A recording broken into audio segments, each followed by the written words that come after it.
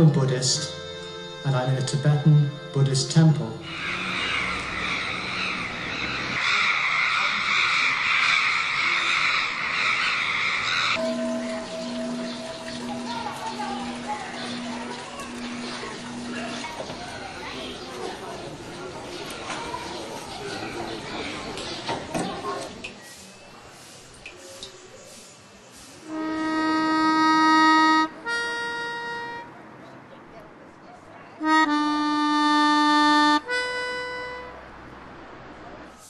And then, of course, we come to this book, which is perhaps the book for which I'm most notorious, Buddhism Without Beliefs. Buddhism in ordinary language, but it also became, as it developed, a presentation of my own understanding of Buddhism, and this book did quite well.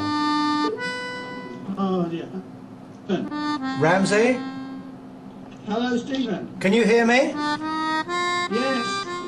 Good. That's good. Okay, can you say something, please? Can I say something, please? Right, okay, you're coming out the right speakers, that's good. Can Good. you hear me from... Sorry, I can't hear you now. For the last 6 weeks or so, every Wednesday, or what's the day today, Wednesday? Every Wednesday evening they've met, a group of 20 or so of them, in some hall or some room in Wellington, New Zealand. And they've listened to a talk I've given. Lindsay, This is a conference call, so there's a whole bunch of people in different parts of New Zealand. Hello, Lindsay. I will just hang up. Excuse me about this. We'll try again. Our last person hasn't come with us yet. So we'll try again. Sorry about that.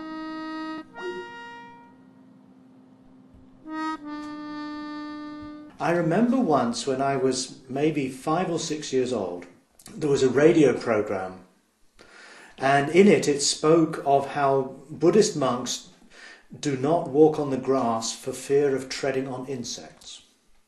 And that stuck in my mind. I liked that.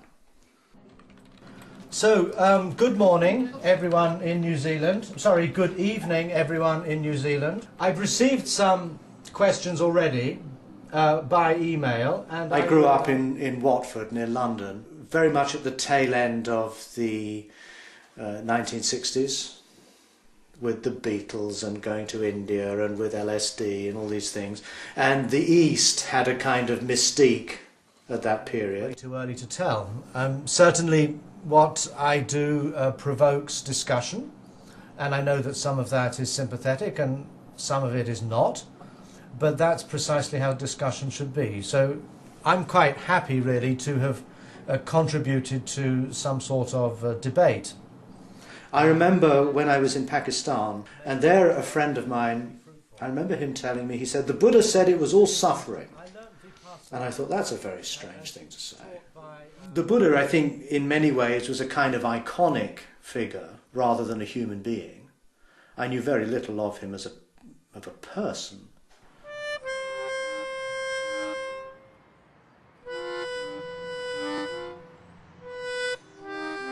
One of the things that's been very influential has been my studies of the Upanishads and the Vedas.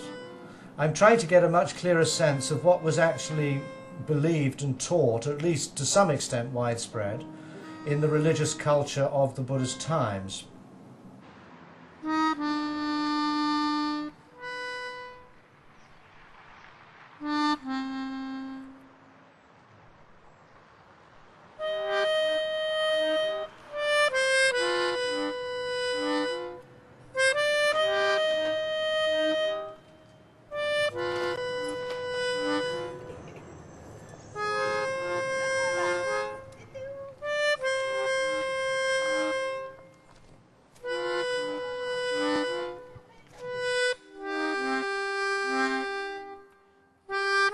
Quite early on, I felt, this is what I want to do.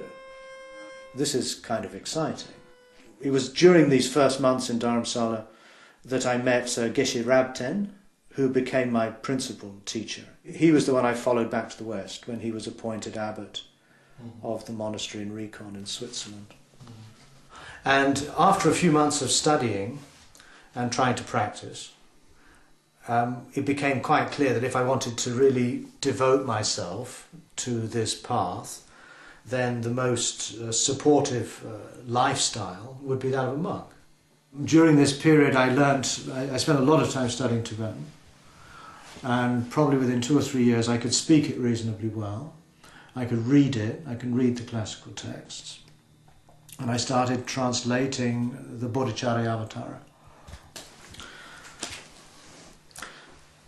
This is the first edition of the book. It came out in 1979. This was the first book of mine that actually appeared in print. This was published in India, so it's remarkable that it has survived. In this world, unsubdued and crazed elephants are incapable of causing such harms as the miseries of the deepest hell, which can be caused by the unleashed elephant of my mind. But if the elephant of my mind is firmly bound on all sides by the rope of mindfulness, all fears will cease to exist, and all virtues will come into my hand. The Buddha himself has shown that in this way all fears, as well as all the boundless miseries, originate from the mind. And what's striking about Shantideva is that there's a very personal sense of another human being addressing you. Mm-hmm. I found that in a lot of Buddhist writings, the author is kind of invisible in a rather bland sense. You don't quite have a feel for the authorial voice.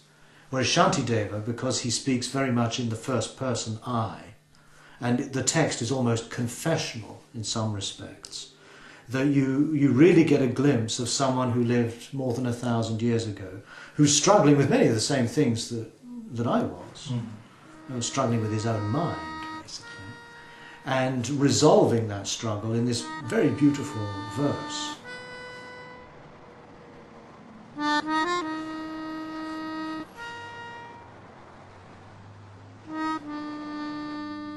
you want to cross over tomorrow or not really?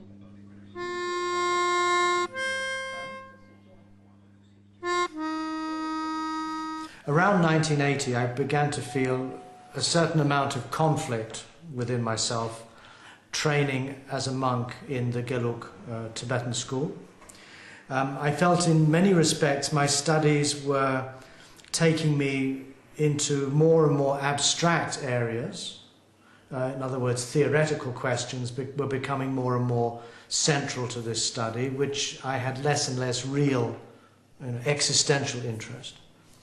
At the same time, I found that the forms of practice in the Tibetan tradition, particularly the Vajrayana, the sadhana, the recitations of texts and visualizations and so on, were not really working for me. I didn't have an affinity with that kind of practice.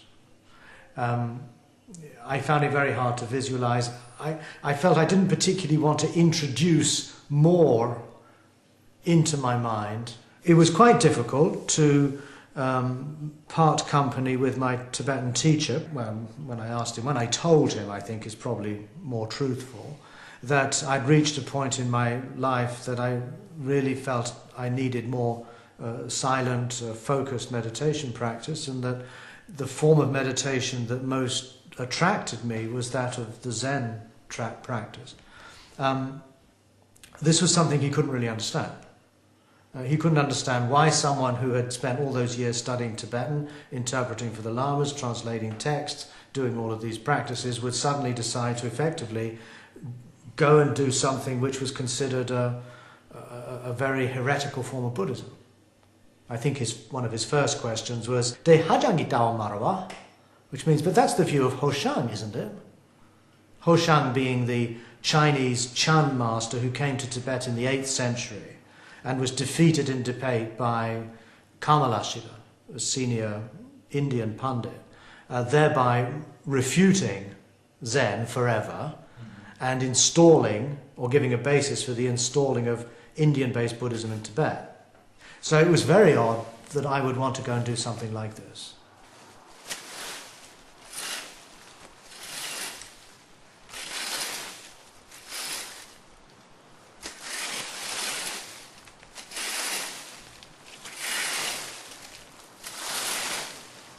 When I encountered Goenka, and then the Pali tradition, and then reading books on Zen, it was impossible for me to say, well, you know, the only true tradition is what I'm being taught here in this Gelugpa monastery. Why should we ignore all this other stuff? I could never make any sense of that, and I could never see why Westerners would become rather sectarianly preoccupied with a particular line, a very narrow line of Buddhist thought, and somehow then, you know, have no interest in the other forms of Buddhism. I can never understand that. I really do not understand that.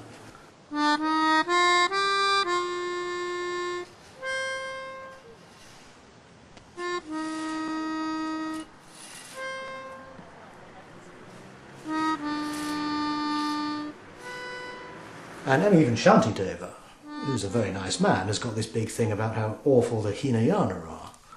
It's a sectarian position. It doesn't actually reflect his knowledge of of those traditions or texts.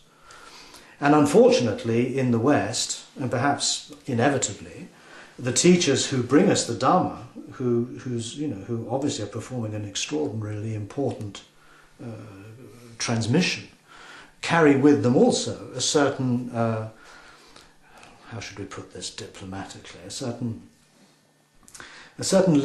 limited perspective on history.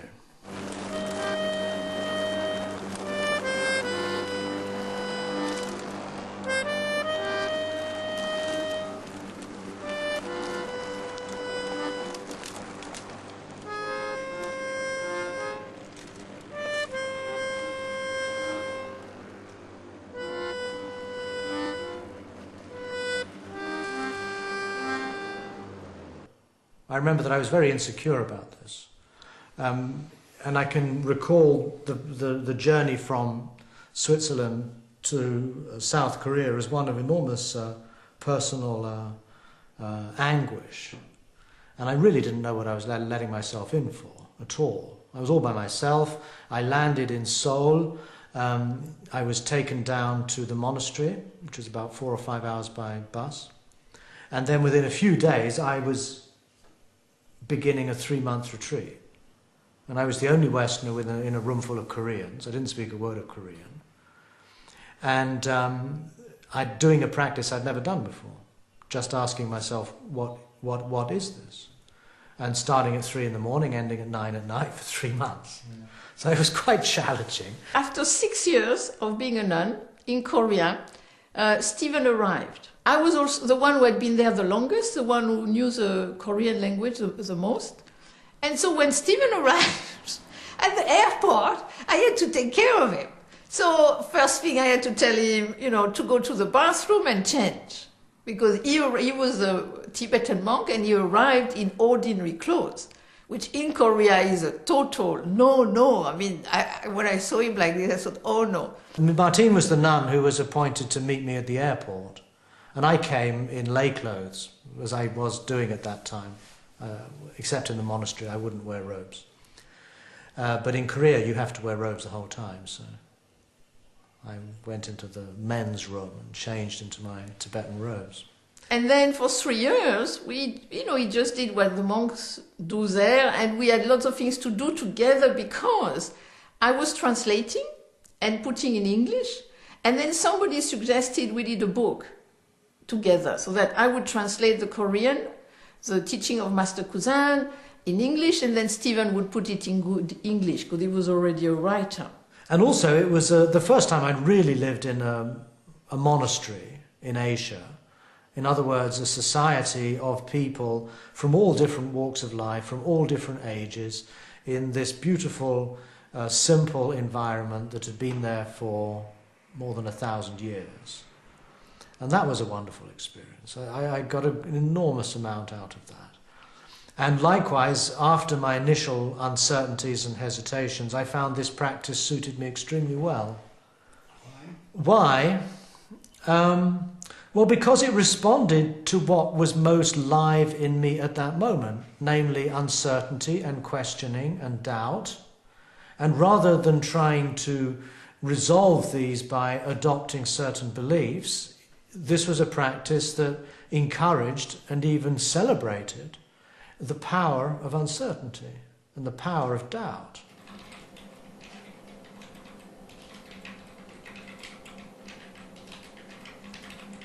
in a lot of my reading in philosophy and so forth and so on, and theology and psychology, I was much more interested in the possibilities of uncertainty than in the possibilities of certainty.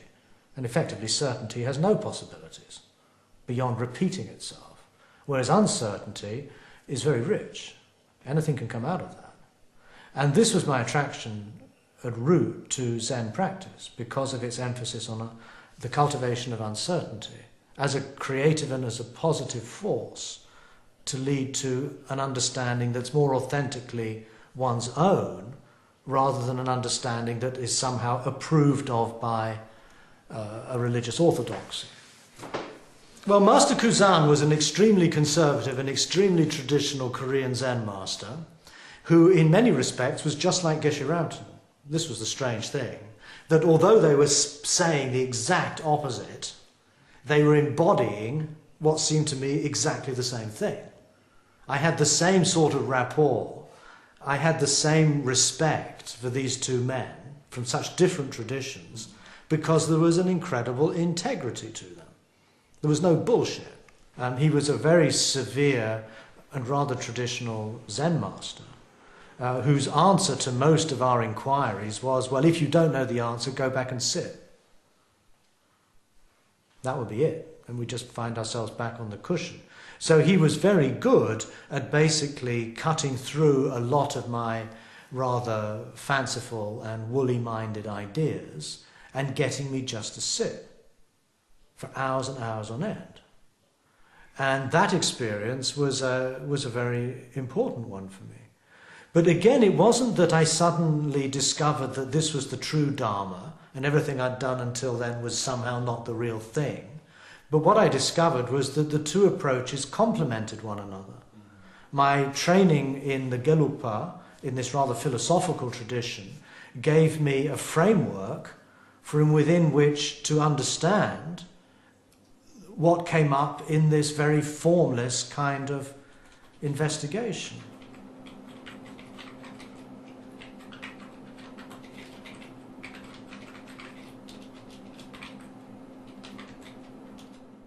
And that's probably something that's always struck me in my practice of the Dharma, is that whether it be the practice of mindfulness or the practice of Zen koans, or the kinds of reflections and inquiries in the Tibetan tradition, I don't see these things as competing with one another. They're simply different facets of how a human being can integrate and understand and relate to what the Buddha taught. And they go well, I think they go very well together. I've got no problems at all between mixing different traditions. I think it's a very healthy thing. Just a couple of questions. One, that is my passport on the... I think so. And it cost 183 euros? Yes. There's no additional cost? No. Okay, well, I'll pass it on to Tricycle. Master Kuzan died 3 years in of Stephen's stay. And that makes a big difference, because it really made a big change in the monastery. Until that moment, I had not thought of not being a nun in the future. Even before I went to Korea, I was not at all convinced that I would return to Europe as a monk. Also, Martine and I had got to know each other very well over those 4 years or so, working on books and so forth. And also we acknowledged that there were certain feelings between us that we would honour, and decided that this would be the most effective way for us to be able to return to our own countries and live as a couple and pursue our teaching and our study and practice within that context. Where did you marry? In Hong Kong, before, when it was still English. In the City Hall in Hong Kong. And then we just... 5 minutes job. I think 2 minutes. 2 minutes. Extremely Over quick. before we realized it. And then we just came back to live in England in a community in Devon. That was a big step. Yes and no, because you see, when I became a nun, I decided in 3 days. When I stopped being a nun, I decided in 15 minutes. Just suddenly it was obvious. So I generally don't take long to make decisions, and then generally it works out well.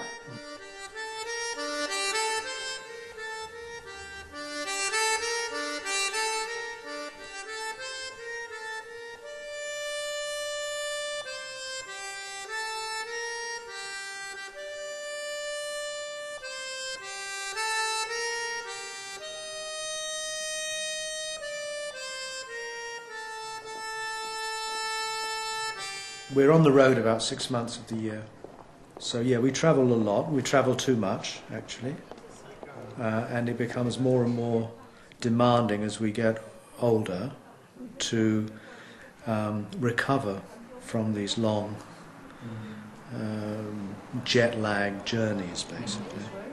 We want to reduce the travel, but it's quite difficult because we get lots of invitations. And because we don't like saying no to people, then we often agree to do something like 2 years in advance. At the moment we're planning October '09, which is a long way away, but since it will coincide with the release of a book in the USA, we want to make sure that we have a schedule already booked in America for that period.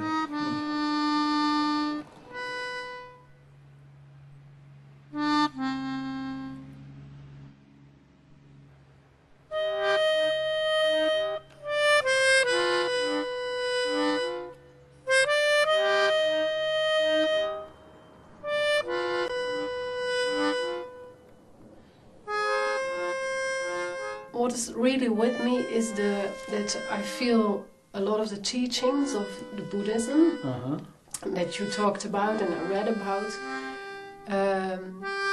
feel really familiar to me.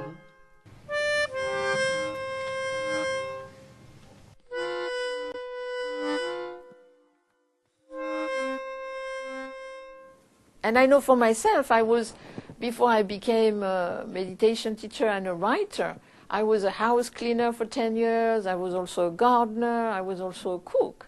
And this was also a very good method of working. And in a way, in doing them myself, I learned how much energy it takes and how much creativity it can take. And so in a way, I think it doesn't matter what kind of work we do. I think if we bring this creative awareness in the way we work, it's more the way we do it. So, are the traditional criteria of ordained monastics, are they the only ones by which a country can be considered to be a place where Buddhism flourishes? Or would His Holiness consider other phenomena? Then at the same time,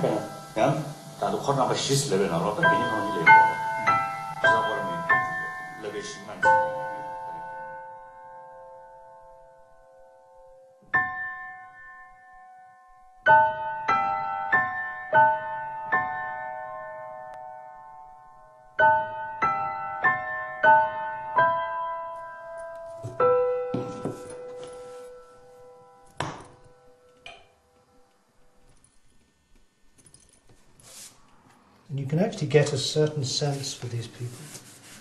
And of course they're all dead now probably. These folks, you can tell from the backs, people might write dates on them. And so these are going back to the 1920s and even before this is a soldier preparing to go to the First World War.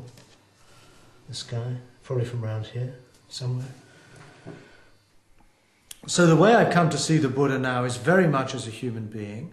I've spent the last 3 or 4 years writing a reconstruction of the Buddha's life on the basis of the early Pali canonical materials.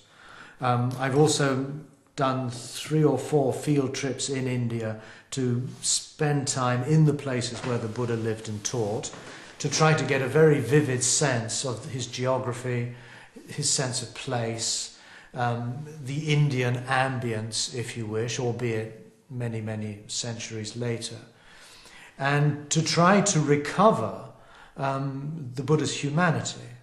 I like the way the photographs decay, the way their textures begin to distort and change. Rather than this image of this impossibly perfect man/God, you have a human being who is facing an uncertain future, who doesn't know that Buddhism is going to happen. He doesn't know that his teaching will survive. He doesn't know that he'll live for another few days. He lives in a very uncertain situation, and he teaches the Dhamma in that context. He has to work both in creating his own communities. He has to work constantly with garnering the support of the local nobles, the local kings, the local merchants. And the more that you come to see his life in that historical sense, the more he ceases to be a perfect God, and the more he becomes a fallible person who has to work within a highly conflicted situation.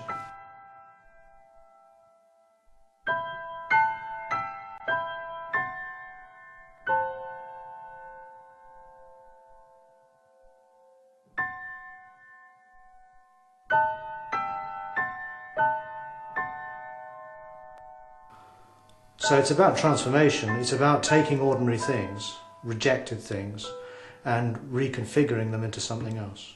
Mm-hmm. But the collage with photography, I think, perhaps takes me back, in a sense, closes the circle, or begins to close the circle that began with taking photographic images and now working with photographic images. And I find it very moving too. The more you study these people, particularly when you get a sequence, when you get a series of family shots taken on a beach, you can really begin to identify with the people. So we've diverged an awful long way from how the Buddha initially set up his community, and Buddhism, therefore, I would say, has become a religion, perhaps in spite of itself. And it's obviously done very well as a religion. It's survived. But whether that is how the Buddha himself would have envisaged the outcome of his work, I'm not so sure. I don't know. I'm quite aware of how there is a similar process going on here to what is also going on in my written work, but at another level, at a more symbolic level perhaps, I don't know. But I spend hours on these things. I get quite absorbed in them. All I'm doing is following my own nose, in a way. I'm following the questions that engage me the most deeply and seeing where they go. And that's what I've done the whole time of my involvement in Buddhism. That's one of the reasons I've left one tradition, gone to another, and in fact now would not consider myself a member of any particular Buddhist school. And yet my understanding of Buddhism is rooted in all of them. And I don't think in a superficial or dilettantish way. You know, I study these classical languages, I read the original text. I spend years meditating in monasteries. I'm not just jumping around for the fun of it. But where my work will go, I don't know.